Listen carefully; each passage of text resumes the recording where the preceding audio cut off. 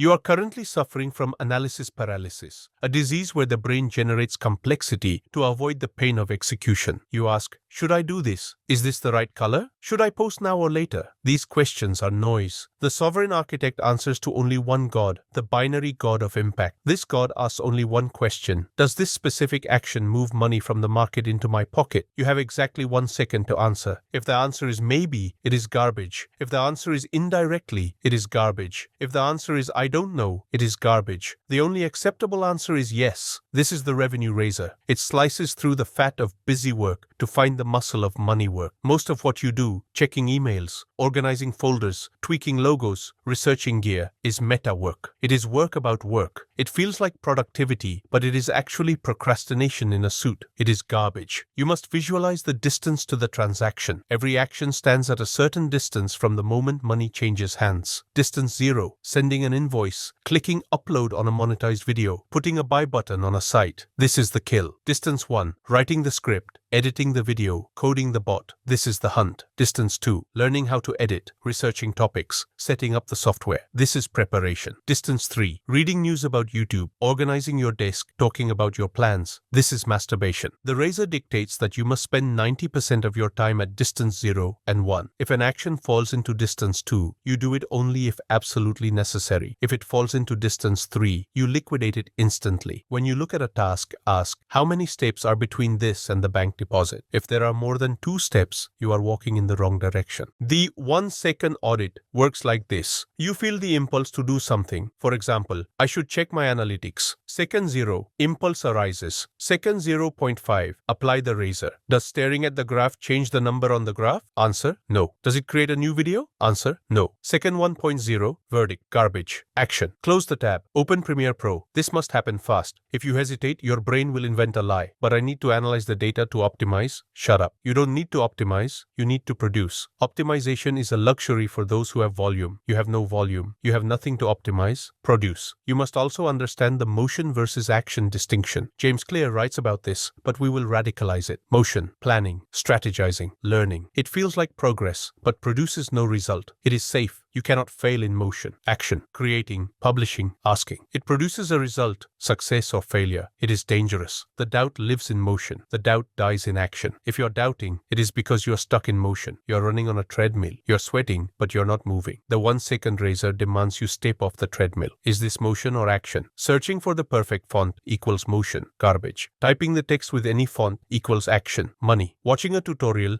equals motion. Garbage. Applying the effect while watching equals action.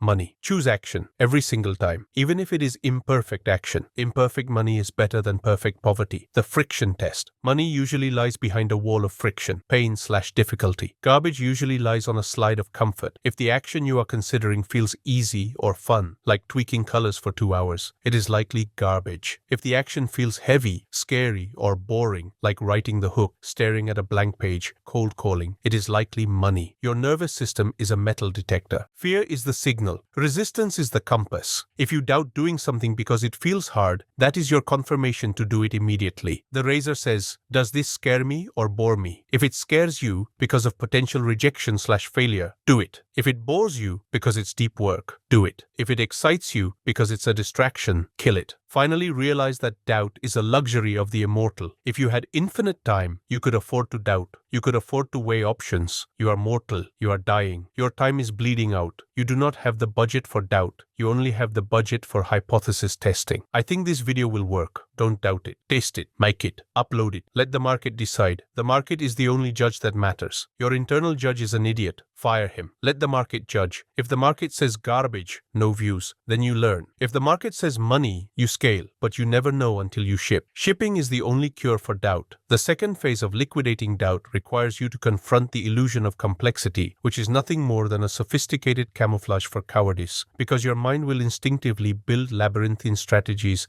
and 10-year plans plans, not because they are necessary, but because they delay the terrifying moment of actual production. You tell yourself that you need a better logo, a faster computer, or a more detailed roadmap before you can launch. But this is a lie generated by the ego to protect itself from the potential binary judgment of the market. For if you never launch, you can never fail. And complexity is the perfect shelter for the man who refuses to be judged. The sniper's clarity is the antidote to this disease, requiring you to strip away every variable that does not directly contribute to the ballistic trajectory of the bullet hitting the target. Meaning that if a task does not pull the trigger, it is a distraction that must be ruthlessly eliminated from your field of view. You must apply a financial version of Occam's razor to every decision you make, understanding that the simplest path to the money is almost always the correct one, while the complex path is a trap designed to drain your energy before you ever reach the destination. When you find yourself drowning in what-if scenarios, simulating disasters that haven't happened and critics who haven't spoken, you are engaging in a form of negative prayer where you invest your cognitive resources into manifesting the very failure you fear, instead of directing that energy into the singular act of creation. You must automate the trivialities of your existence to avoid decision fatigue, wearing the same uniform and eating the same food, not out of poverty, but out of a strategic refusal to waste a single milligram of glucose on choices that do not compound into wealth, thereby preserving your entire reserve of willpower for the few critical decisions that actually move the needle. Doubt is a parasite that feeds on available bandwidth, so if you leave your mind idle or cluttered with non-essential options, doubt will colonize that space. But if you occupy every inch of your mental real estate with the brute force of execution, there is simply no room left for the question of whether you can succeed because you are too busy succeeding. The sniper does not wonder if the wind will blow. He adjusts for the wind and fires, and you must treat the market conditions exactly the same way, reacting to reality with immediate action, rather than paralyzing yourself with the infinite possibilities of a future that does not yet exist. Complexity is the language of the procrastinator, while simplicity is the language of the executioner. So you must learn to speak in short, violent bursts of productivity that leave no room for the stutter of hesitation. The final stage of the liquidation of doubt is the understanding that doubt is a predator that hunts only stationary targets. The moment you stop moving to think, reflect, or assess, the predator catches you. The only defense against the paralyzing poison of introspection is terminal velocity. You must move so fast that doubt cannot get a lock on your position. This is the kinetic shield. When you are in the middle of a 14-hour work sprint, you do not have the cognitive bandwidth to ask, am I good enough? You are too busy typing. You are too busy cutting. You are too busy rendering. The question of worth evaporates in the heat of work. You must replace the static question, who am I, with the kinetic statement, look at what I just built. Identity is not found in contemplation. It is found in the debris of your completed projects. The faster you build, the more solid you become. You must embrace the ceramics parable as your operational religion. There was a pottery class divided into two groups. Group A was graded on the quality of a single pot. Group B was graded on the quantity of pots. 50 pounds of clay equals A. On grading day, the highest quality pots were all produced by Group B, the quantity group. Why? Because while Group A sat around theorizing about the perfect pot, doubting their skills, and planning the ultimate design, Group B was throwing clay on the wheel every 10 minutes. They failed fast. They learned the physics of the clay through brute repetition. You are Group B. You are not trying to make the perfect video. You are trying to move 540 pounds of clay. Your first 50 videos will be trash. Good. Get them out of the way. Liquidation of doubt is liquidation of the ego. The ego wants to be perfect immediately. The master knows that perfection is a statistical inevitability of massive volume. You kill the doubt by drowning it in volume. You do not analyze your shot. You reload and fire again. The OODA loop override is your combat algorithm. OODA stands for observe, orient, decide, act. Most people get stuck in the orient phase, analyzing the market, reading comments, worrying about trends. You must short-circuit the loop. Observe, the blank page, to act, write. Observe, the bad metric, to act, change the title. You eliminate the decide phase because the decision has already been made, attack. By cycling through this loop faster than your competition, you become unpredictable. You become a force of nature. While they are still holding meetings about strategy, you have already tested 3 prototypes and found the winner. Speed is is not just efficiency. Speed is a psychological weapon. It terrifies your enemies and your own inner critic because they cannot predict your next move. You are already gone. You must also accept the null hypothesis of the void. Doubt stems from the arrogant belief that the world is watching you. You think, what if I fail and everyone laughs? The sovereign architect knows the truth. Nobody cares. You are dust. You are invisible. The world is too busy looking at itself. This realization is not depressing. It is liberating. It means you have zero liability. You can upload a bad video and the world will not end. You can launch a failed bot and the sky will not fall. You are testing in a vacuum. This anonymity is your greatest asset. It allows you to experiment with high-risk, high-reward ideas without fear of reputation damage. Use your obscurity. Be reckless. Break things. The museum of your failures will be the foundation of your palace. Finally, realize that confidence is a byproduct, not a prerequisite. You do not wait for confidence to arrive before you start working. That is like waiting to be fit before you go to the gym. Confidence is the sweat of the soul. It is produced after the heavy lifting. You liquidate doubt by doing the thing you are afraid of, watching yourself survive it, and realizing you are stronger than you thought. Every time you hit publish, despite the fear, you kill a demon. Eventually, you run out of demons. You are left alone in the silence of your own competence. The razor is sharp. The complexity is gone. The velocity is maximum. You are no longer a doubter. You are a doer. Engage the kinetic shield. Never stop moving. Doubt catches the slow. Volume over perfection. Be Group B. Produce 540 units of work to find the masterpiece. Short-circuit the loop. Observe arrow act. Skip the analysis. Attack the problem. Embrace the void. Nobody is watching. You are free to fail. Use your invisibility. Earn the confidence. Do the scary thing first. The feeling of power comes after the action. The doubt is liquidated. The mind is a razor. The hand is a hammer. The protocol is live.